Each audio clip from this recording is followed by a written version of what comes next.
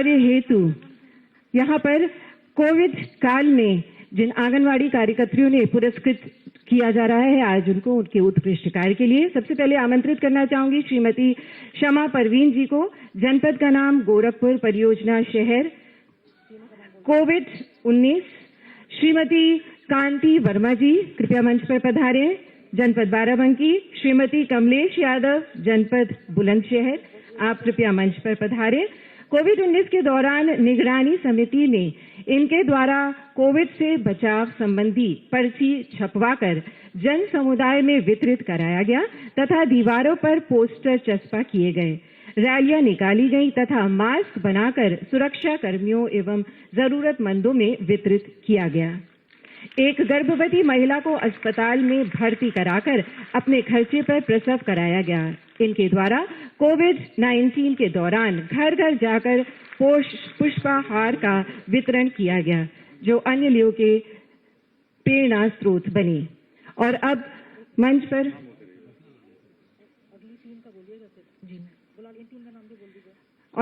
आमंत्रित करना चाहूंगी मंच पर आंगनबाड़ी कार्यकर्त्री नूरजहां, जनपद बहराइच, आंगनबाड़ी कार्यकर्त्री सरोजनी देवी, जनपद सीतापुर और आंगनबाड़ी कार्यकर्त्री संध्या सिंह, जनपद देवरिया।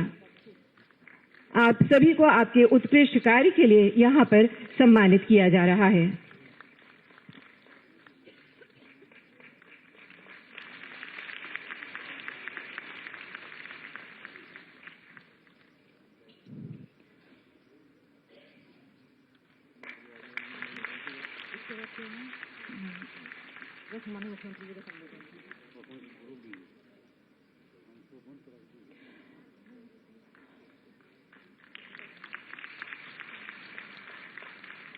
जोरदार तालियों से अभिवादन कीजिए इन सभी आंगनबाड़ी कार्यकर्तियों का जिन्होंने उत्कृष्ट कार्य से अपनी एक पहचान बनाई और सबके लिए आप सब प्रेरणा स्रोत बने।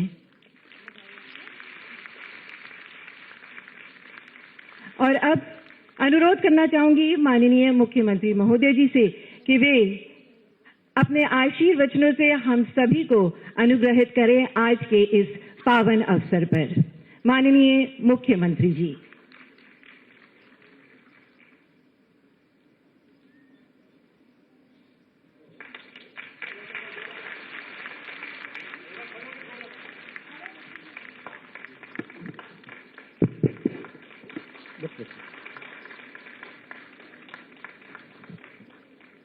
आज के इस कार्यक्रम में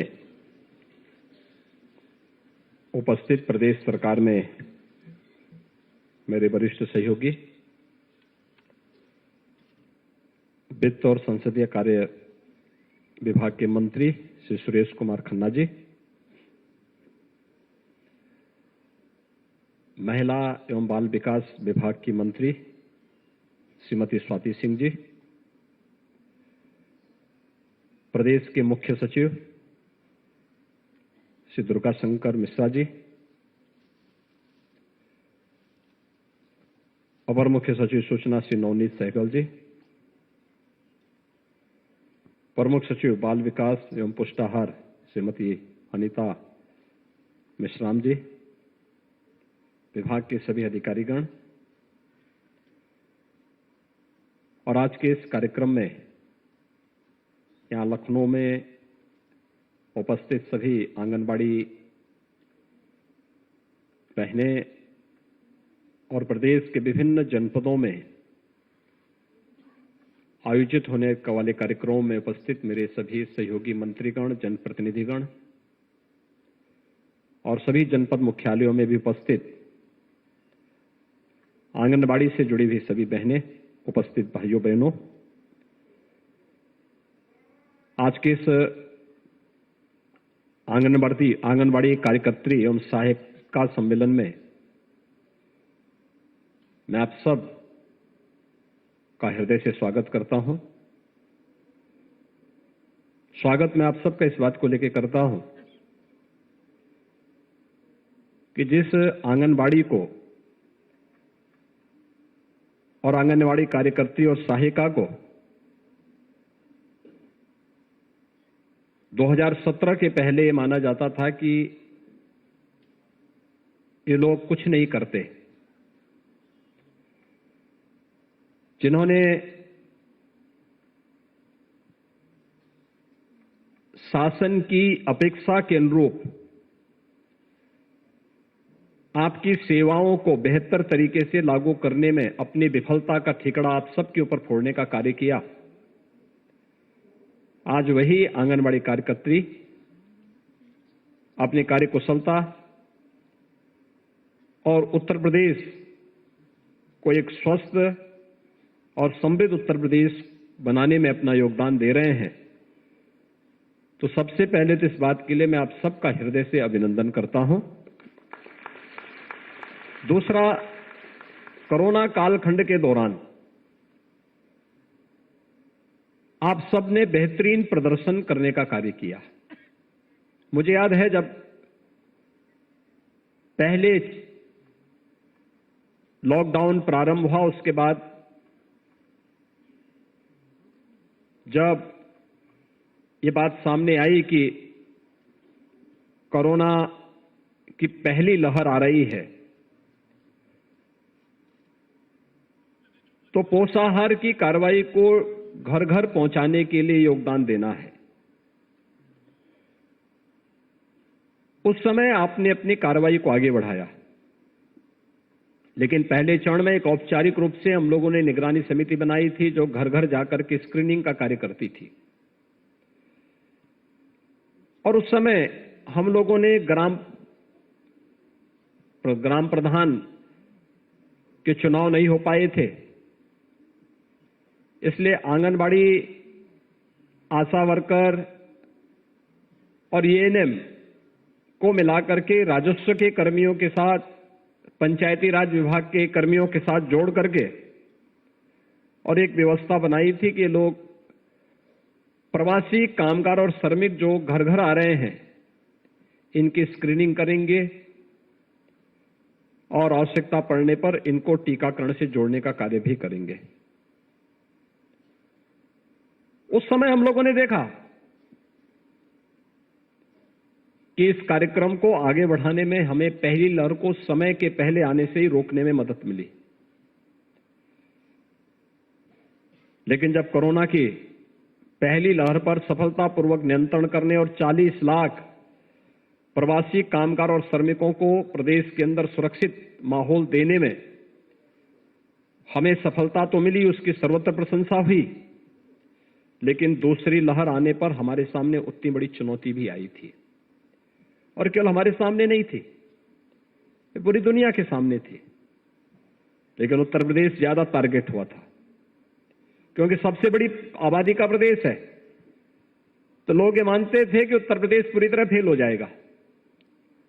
और तब मैंने फिर इन निगरानी समितियों को ही सक्रिय किया था, और मैंने कहा था निगरानी समिति जिसमें आंगनबाड़ी, आशा, एएनएम, ये सभी मिलकर के ग्रामीण क्षेत्र में ग्राम प्रधान के नेतृत्व में, शहरी क्षेत्र में पार्षद के नेतृत्व में ये लोग डोर टू डोर जाएंगे, स्क्रीनिंग का कार्य करेंगे, हर संदिग्ध व्यक्ति को मेडिसिन किट उपलब्ध करवाएंगे, और मेडिसिन किट उपलब्ध करवाने के बाद फिर इनके द्वारा वहां पर मेडिसिन किट के बाद अगर कोई संदिग्ध व्यक्ति मिलता है तो संदिग्ध व्यक्ति को वहीं पर मेडिसिन दे करके अगले 24 घंटे के अंदर उनकी टेस्टिंग करने का कार्य भी करेंगे।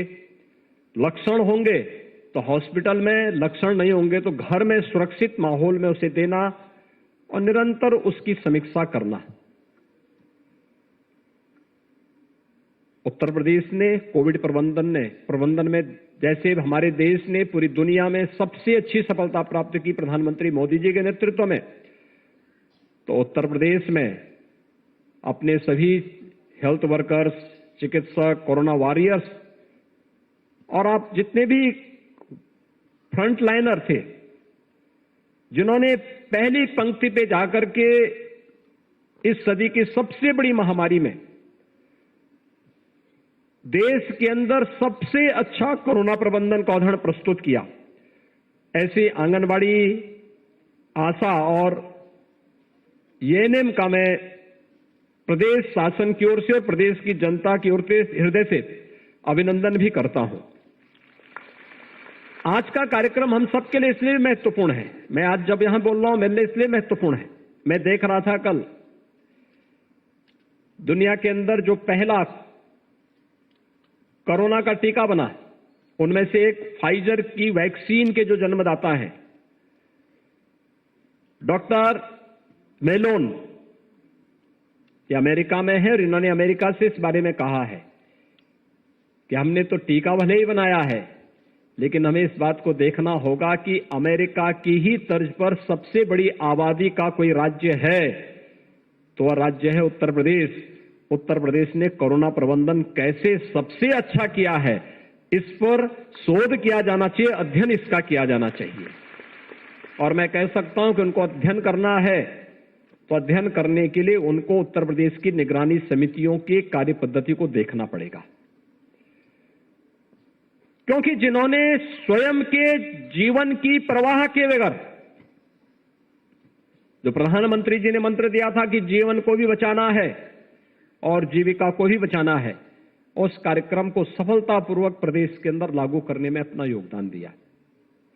क्योंकि पहले तो स्वयं बचना है और फिर दूसरों को भी बचाना है। अगर व्यक्ति स्वयं ही सुरक्षित नहीं है तो दूसरों को क्या सुरक्षित करेगा? क्योंकि कोरोना में तो संक्रमण बहुत तीव्र है। अगर एक व्यक्ति उसकी चपेट में आ गया तो वह अगर संक्रमित होने के बाद अगर बीमारी को छुपा रहा है तो न जाने कितने अन्य लोगों को, जितने लोगों के संपर्क में आएगा सभी लोग उसकी चपेट में आएंगे। लेकिन स्वयं का बचाव करते हुए दूसरों को बचाने का जो कार्य हुआ है वह अद्भुत हुआ है, अभिनंदनीय हुआ है। और उत्तर प्रदेश के कोविड प्रबंधन को न केवल नीति आयोग ने, आदरणीय प्रधानमंत्री जी ने, बल्कि दुनिया के तमाम देशों ने भी और WHO ने भी उत्तर प्रदेश के कोरोना प्रबंधन की सराहना की है। तो इसके पीछे आप जैसे वे लाखों कोरोना वॉरियर्स हैं जिन्होंने स्वयं के जीवन को बचाते हुए, स्वयं के परिवार को बचाते हुए 25 करोड़ की आबादी के उत्तर प्रदेश को कोरोना से पूरी तरह बचाने में अपना योगदान दिया। इसलिए भी मैं आपका इस अवसर पर अभिनंदन करता हूं। प्रदेश के अंदर वास्तव में ये जो पोषाहार है, 2017 के पहले ज्यादातर से शिकायत आती थी कि ये बहुत खराब क्वालिटी का है या वितरित नहीं होता है, या फिर तमाम प्रश्न उस पर खड़े होते थे। बोला जाता था कि आंगनवाड़ी में जाकर के ये कहीं ब्लॉक में बिक जाता है, पशुओं को चारा खिलाने के रूप में इसका उपयोग किया जाता है। परिणाम क्या था? देश की सबसे बड़ी आबादी का राज्य है, इसका असर मातृ मृत्यु दर, शिशु मृत्यु दर पर भी देखने को मिलता था। प्रदेश में जब कुपोषित मां होगी तो स्वाभाविक रूप से वो कुपोषित मां बीमारियों की चपेट में आएगी, असमय काल कल्पित होगी। यही होता था। कुपोषित बच्चा होगा तो वह कुपोषित बच्चा बीमारियों की चपेट में भी आएगा और समय काल कल्पित होगा। हमने पूर्वी उत्तर प्रदेश में देखा है मस्तिष्क ज्वर से कैसे मौतें होती थी, बड़े पैमाने पे मौतें होती थी। हर वर्ष 1500 से 2000 बच्चों की मौत होती थी। व्यवस्था मौन बनी रहती थी, मूक बनी रहती थी। लेकिन जब प्रदेश सरकार ने अंतर्विभागीय समन्वय और भारत सरकार के माध्यम से आने वाली योजनाओं को बेहतर प्रबंधन किया, आज मस्तिष्क ज्वर को हम लोग पूरी तरह समाप्त करने में हमें सफलता प्राप्त हुई है। पूर्वी उत्तर प्रदेश मस्तिष्क ज्वर से अब मुक्त हो चुका है। जो कार्य 40 वर्षों में नहीं हो पाया, वह कार्य हमारी सरकार ने, मैं कह सकता हूं, हमारी सरकार ने मात्र 4 वर्ष में किया। वो बच्चे कोई भी रहे हो, लेकिन वह प्रदेश की अमानत थी, क्योंकि वह किसी गरीब, किसी दलित, किसी अल्पसंख्यक परिवार का बच्चा नहीं, वो प्रदेश का बच्चा था। लेकिन उस प्रदेश के बच्चे के बारे में पिछली सरकारें नहीं सोचती थी। हमने सोचा, हमने संवेदना दिखाई, मोदी जी ने संवेदना दिखाई। आज वे सभी बच्चे पूर्वी उत्तर प्रदेश में सुरक्षित हैं और मस्तिष्क ज्वर जैसी बीमारी पूरी तरह समाप्त हो गई। हमारे पास पहला अनुभव मस्तिष्क ज्वर को पूरी तरह समाप्त करने का था और वही प्रबंधन हम लोगों ने कोरोना में भी लागू किया, तो वह भी सफलतापूर्वक आगे बढ़ा और सफलतापूर्वक उसको आगे बढ़ाने के बाद हम लोगों ने फिर प्रदेश में अंदर पोषाहार की क्वालिटी को भी आगे ठीक करने का काम किया और उत्तर प्रदेश संभवतः देश का पहला राज्य है जिसने पोषाहार की व्यवस्था महिला स्वयंसेवी समूह को दे करके, आंगनबाड़ी के साथ उनका संबंध जोड़ करके और उन्हें इतना सशक्त बना दिया है कि अब हर गांव में ही, हर जिले में ही ये पोषाहार बनेगा और जिले में ही वितरित होगा, समय पे वितरित होगा। इसकी क्वालिटी की जांच होगी और ये क्वालिटी की जांच होने के साथ ही मातृ मृत्यु दर और शिशु मृत्यु दर को भी कमजोर यानी कम करने, नेशनल एवरेज के समान लाने में हमें सफलता प्राप्त हो रही है। काफी पिछले 4 वर्ष के जो आंकड़े हैं ये बहुत अच्छा उदाहरण प्रस्तुत करते हैं। लेकिन साथ साथ हम लोगों ने प्रदेश के अंदर इसके माध्यम से प्रदेश की जो छवि पर असर पड़ता था उसको भी सुधारने में हमने काफी मदद की, हमें मदद मिली है।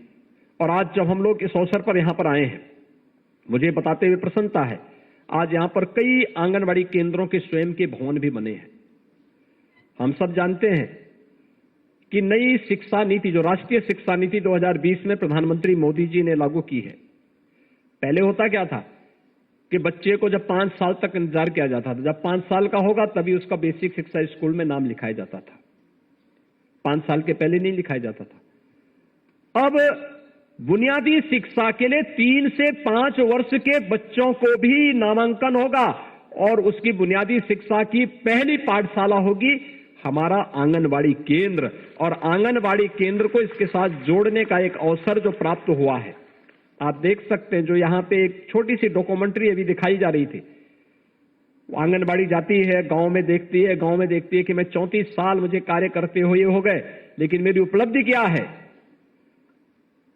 वो अपने को पूछती है कि मेरी उपलब्धि क्या है, लेकिन जब अपनी उपलब्धि के रूप में देखती है कि जिन बच्चों को मैंने पाला पोसा, जो कुपोषण से मुक्त करके उसने कुपोषित से सुपोषित किया, उन बच्चों को होनहार, फलते फूलते हुए आगे बढ़ते हुए, अपने घर गृहस्थी को आगे बढ़ाते हुए, जीवन संग्राम में आगे बढ़ते हुए उनको देखती है तो उसको संतुष्टि होती है कि हां, ये मेरी उपलब्धि है, क्योंकि मैंने भी समाज निर्माण और राष्ट्र निर्माण में अपना योगदान दिया है।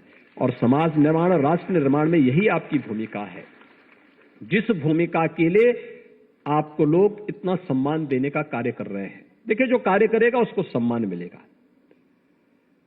जो केवल एक तरफा बोलेगा, करेगा कुछ नहीं, उसको समाज कभी सम्मान नहीं देगा, कभी नहीं देगा। आप देखे होंगे 2017 के पहले आपके प्रति समाज का नजरिया क्या था और 2017 के बाद वो नजरिया बदलने में कितनी मदद मिली है। जब भी मेरे पास आंगनबाड़ी से जुड़े हुए, यूनियन से जुड़े हुए पदाधिकारी आते थे, क्योंकि मैं मिलता था, मैं उनसे मिल लेता था। मुझे बहुत बार बोलते थे लोग, अरे साहब आप आंगनबाड़ी के नेताओं से मिलते हैं। तो मैंने कहा, प्रदेश के नागरिक हैं वो, उनको भी अपनी बात कहने का अधिकार होना चाहिए, मुझे उनकी बात सुननी चाहिए। मैं विभाग के साथ फिर संवाद बना करके बोलूंगा कि भाई इनकी समस्या का समाधान होना चाहिए। और मैं इस बात के लिए आपको धन्यवाद दूंगा कि 2018 के बाद आप लोग किसी भी आंदोलन के साथ नहीं जुड़े, नहीं तो उससे पहले रोज धरना, प्रदर्शन, झंडा, डंडा, यही सब एक आपकी पहचान बन चुकी थी। लेकिन 2017-18 के बाद मैंने देखा कितना परिवर्तन हुआ और उसका परिणाम अभी मैं देख रहा था। भारत सरकार के जो स्वास्थ्य इंडेक्स निकले, उसके जो आंकड़े निकले हैं, उत्तर प्रदेश की रैंकिंग में बहुत सुधार हुआ है। काफी सुधार हुआ है। सुधार का कारण लोगों ने मुझसे पूछा, तो मैंने कहा भी देखिए, इसमें आंगनबाड़ी का भी योगदान है, आशा वर्कर का भी योगदान है, एएनएम का भी योगदान है, और ये तीनों मिलकर के अपनी अपनी भूमिका का जब ईमानदारी पूर्वक निर्वहन करने लग गए हैं, तो हम मातृ मृत्यु दर को भी नियंत्रित करने में, शिशु मृत्यु दर को भी नियंत्रित करने में हमें सफलता प्राप्त हुई है। और भी अन्य जो स्वास्थ्य के सूचकांक हैं, इन सबको हम लोग नियंत्रित करने में हमें सफलता प्राप्त हो रही है। आज मैं कह सकता हूं, कोरोना कालखंड में आपने, चाहे वह कुपोषित बच्चों का पोषाहार हो, धात्री महिलाओं माताओं का पोषाहार हो, या किशोरी कन्याओं का पोषाहार हो, उन तक पहुंचाने में अपना योगदान दिया है। लेकिन लगातार उसमें कुछ न कुछ सुधार भी किया, और इस दौरान प्रदेश के अंदर स्मार्टफोन वितरित भी हुए, और स्मार्टफोन से आप भी अपने आप को बता सकते हैं कि मैं कहां पर क्या कार्य कर रही हूं। अब जो अलग अलग रजिस्टर भरने की एक प्रक्रिया थी, तमाम प्रकार की औपचारिकताएं थी, मोदी जी जिस बात को लेकर कहते हैं कि तकनीक का उपयोग हमारे जीवन को और भी सरल कर सकता है, और उस तकनीक ने आपके कार्य को और भी सरल किया है और आपके सम्मान में अभिवृद्धि भी की है। और आज उन्हीं सब बातों को लेकर के पिछले दिनों हम लोगों ने स्मार्टफोन वितरण के कार्यक्रम को यहां पे आगे बढ़ाया।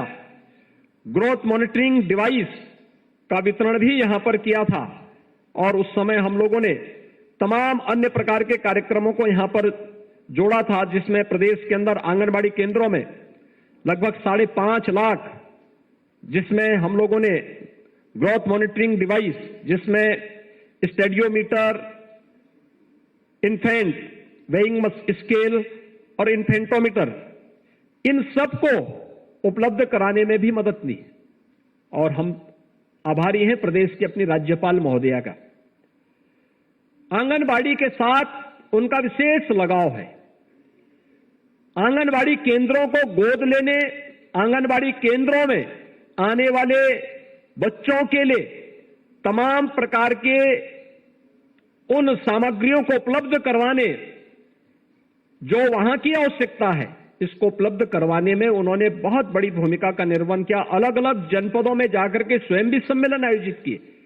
आंगनबाड़ियों के साथ जब राज्यपाल महोदया का सीधे संवाद होता है, तो ये संवाद आप सबके सम्मान को और भी आगे बढ़ाने का कार्य करता है। और वही संवाद की भाषा 2018 में हम लोगों ने निभाई थी।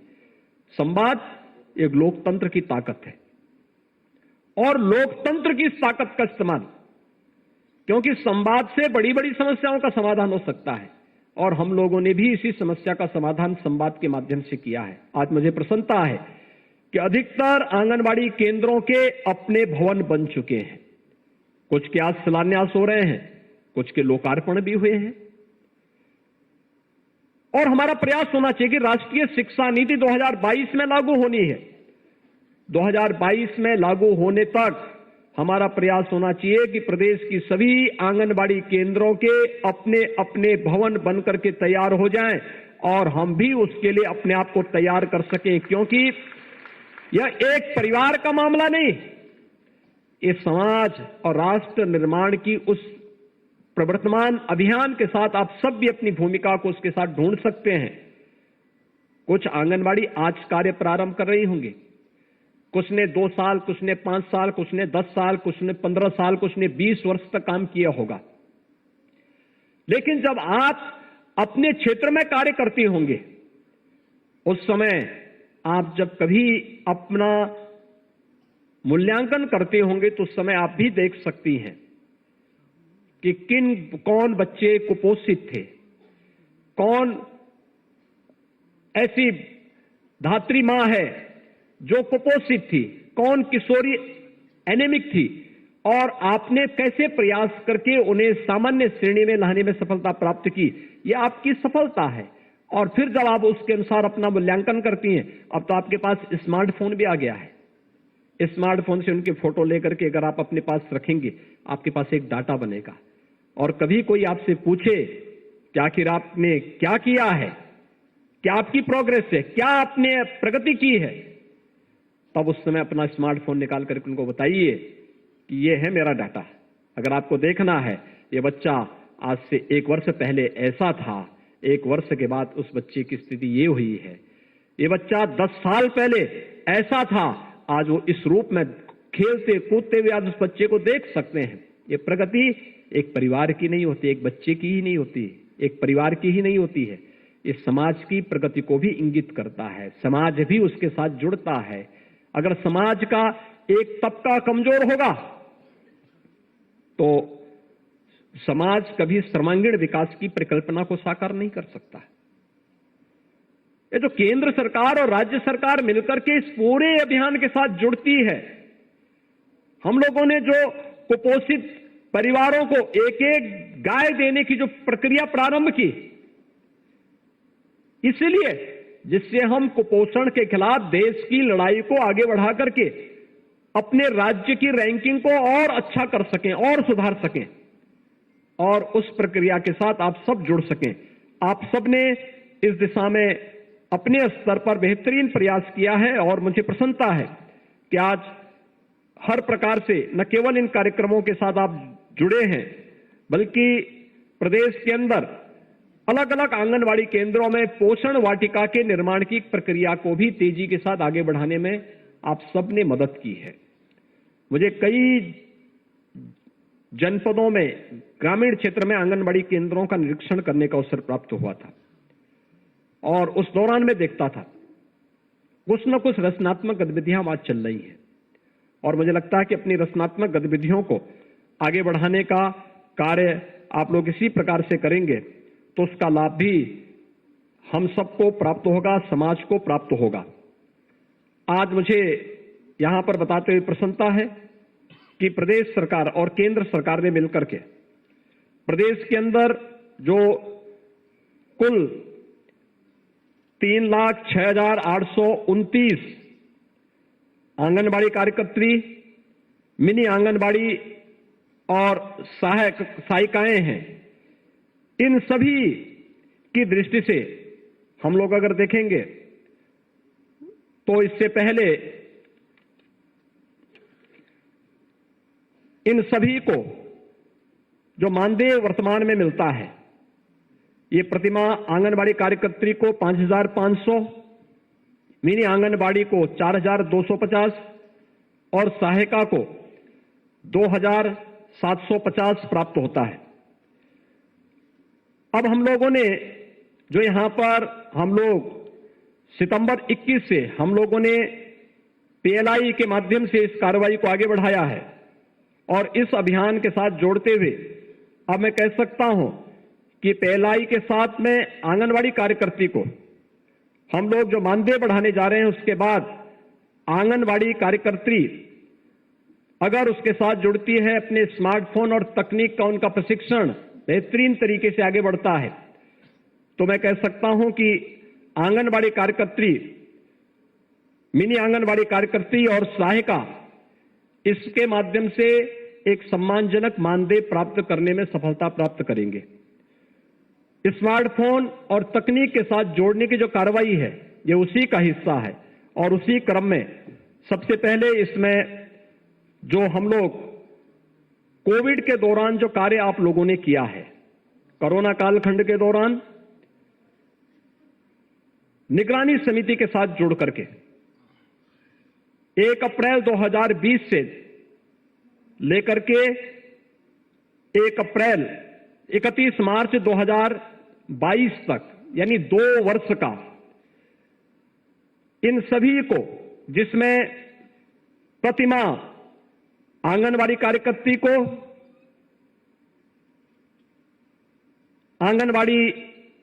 मिनी आंगनवाड़ी कार्यकर्त्री को हम लोग उस दौरान का निगरानी समिति के साथ, यानी 31 मार्च 22 तक के लिए उन्हें 500 रुपये प्रतिमाह उन्हें अतिरिक्त प्रोत्साहन राशि उपलब्ध करवा रहे हैं, और साथ ही साथ जो सहायिकाएं हैं उनको 250 रुपये प्रतिमाह एक तो उनको प्रोत्साहन राशि उपलब्ध करवा रहे हैं, क्योंकि उन्होंने उस दौरान निगरानी समिति के साथ मिलकर के अपने कार्यक्रम को बहुत बेहतरीन तरीके से आगे बढ़ाया है।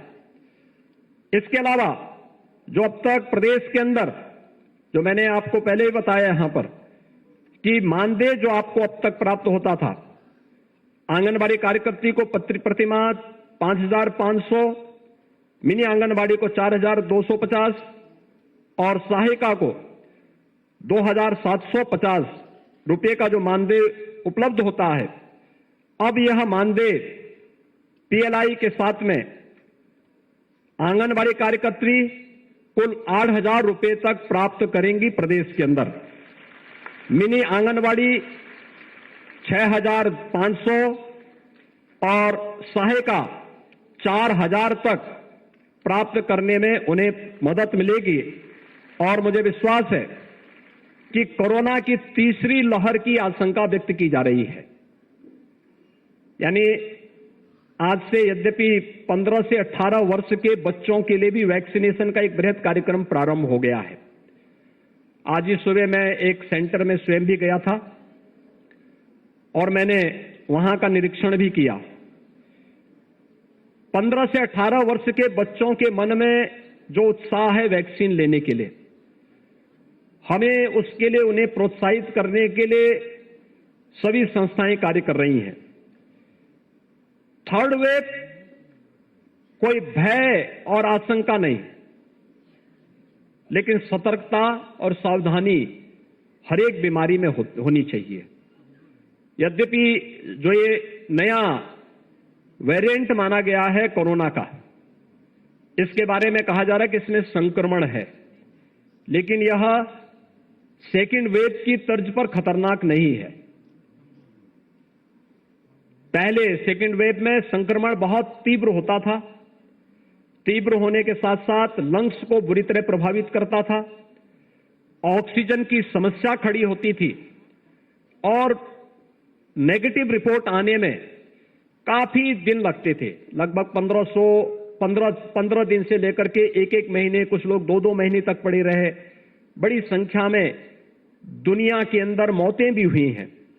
लेकिन ये जो थर्ड वेव के बारे में आशंका व्यक्त की जा रही है, मामले तो बढ़ रहे हैं, संक्रमण है, लेकिन संक्रमण के बाद चौथे 3-4 दिन से लेकर 7 दिन के अंदर व्यक्ति एक सामान्य, जैसे वायरल फीवर आता है, वायरल फीवर का एक कोर्स होता है 3 दिन से लेकर 7 दिन का, तो वायरल फीवर की तर्ज पर इसका भी एक देखने को मिल रहा है कि एक सामान्य परिस्थिति में यह आकर के फिर ठीक भी हो जा रहा है। उत्तर प्रदेश 25 करोड़ की आबादी का राज्य है और 25 करोड़ की आबादी में अब तक केवल 8 मामले मिले हैं। 8 में से 3 लोग ठीक होकर के जा चुके हैं, 5 लोग अपने घरों में हैं, हॉस्पिटल में एक भी नहीं।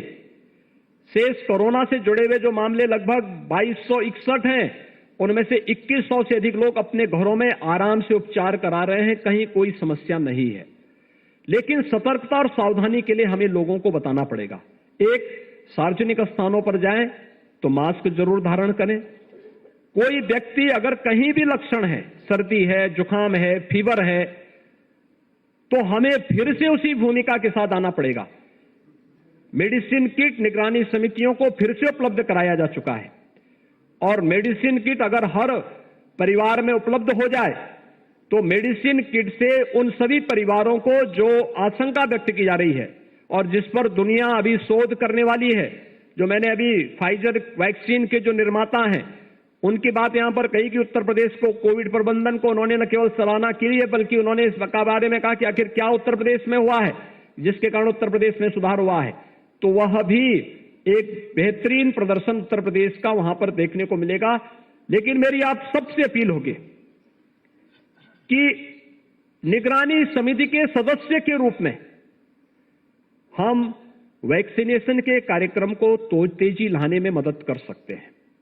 यानी घर घर जब हम जाएं, हर लक्षण युक्त व्यक्ति को चिन्हित करते हैं, लक्षण युक्त व्यक्ति को चिन्हित करके उसको मेडिसिन किट उपलब्ध करवाना है और मेडिसिन किट उपलब्ध करवाने के साथ हम अगर उस व्यक्ति की सूची बना करके अगले 24 घंटे के अंदर उनका टेस्ट तो होता, आरआरटी की टीम जाती है, उसका टेस्ट भी कर लेती है।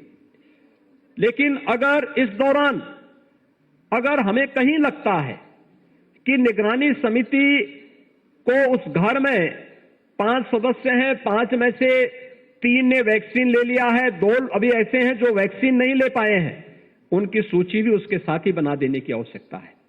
और उनकी सूची बनवा करके तत्काल उन लोगों की सूची बना करके ICCC को उपलब्ध करवा देने की आवश्यकता है कि हम फलाने परिवार में गए थे, इस परिवार में इस नाम के ये 2 सदस्य हैं, इन लोगों ने अभी तक वैक्सीन नहीं ली है। तो मुझे लगता है कि अगले दिन टीम जाकर के उनको वैक्सीन दे सकती है। और इस प्रकार की एक सूची अगर हम खड़ी बना सकें तो हमें प्रदेश के अंदर वैक्सीनेशन के अभियान को आगे बढ़ाने में, जो अब तक हम लोग प्रदेश के अंदर 20 करोड़ 25 लाख से अधिक लोगों को वैक्सीन दे चुके हैं, तो यह वैक्सीन देने की इस प्रक्रिया को हम प्रदेश के अंदर 100% लागू करने में हमें मदद मिलेगी। और वैक्सीन एक सुरक्षा कवच है, यह हमें स्वीकार करना होगा। सतर्कता और सावधानी के साथ साथ वैक्सीन लेने की इस प्रक्रिया के साथ अगर हम जुड़ते हैं तो जरूर हम कोरोना के खिलाफ देश की इस लड़ाई को जीतने में मदद कर सकते हैं। और मुझे लगता है ये देश के प्रति, वर्तमान और आने वाली पीढ़ी के प्रति हम सबका योगदान होगा। मैं एक बार फिर से आप सभी आंगनबाड़ी कार्यकर्ती और अन्य जितने भी आपका जो ये सम्मेलन हुआ है, आप सभी को मैं एक बार फिर से इस अवसर पर कोरोना कालखंड के दौरान प्रदेश में पोषण मिशन को सफलतापूर्वक आगे बढ़ाने में आपके द्वारा किए जा रहे सराहनीय कार्यक्रम की मैं एक बार फिर से यहां पर आप सबका मैं अभिनंदन करता हूं और विश्वास करता हूं कि प्रदेश के इस लक्ष्य को आगे बढ़ाने में आप निरंतर अपना योगदान देंगे। आप सबके प्रति मेरी शुभकामनाएं। धन्यवाद। जय हिंद। ये हमारे यशस्वी और ऊर्जावान माननीय मुख्यमंत्री जी के ही कुशल मार्गदर्शन का परिणाम है कि आज आंगनबाड़ी कार्यकर्ती इतना अच्छा कार्य कर पा रही हैं।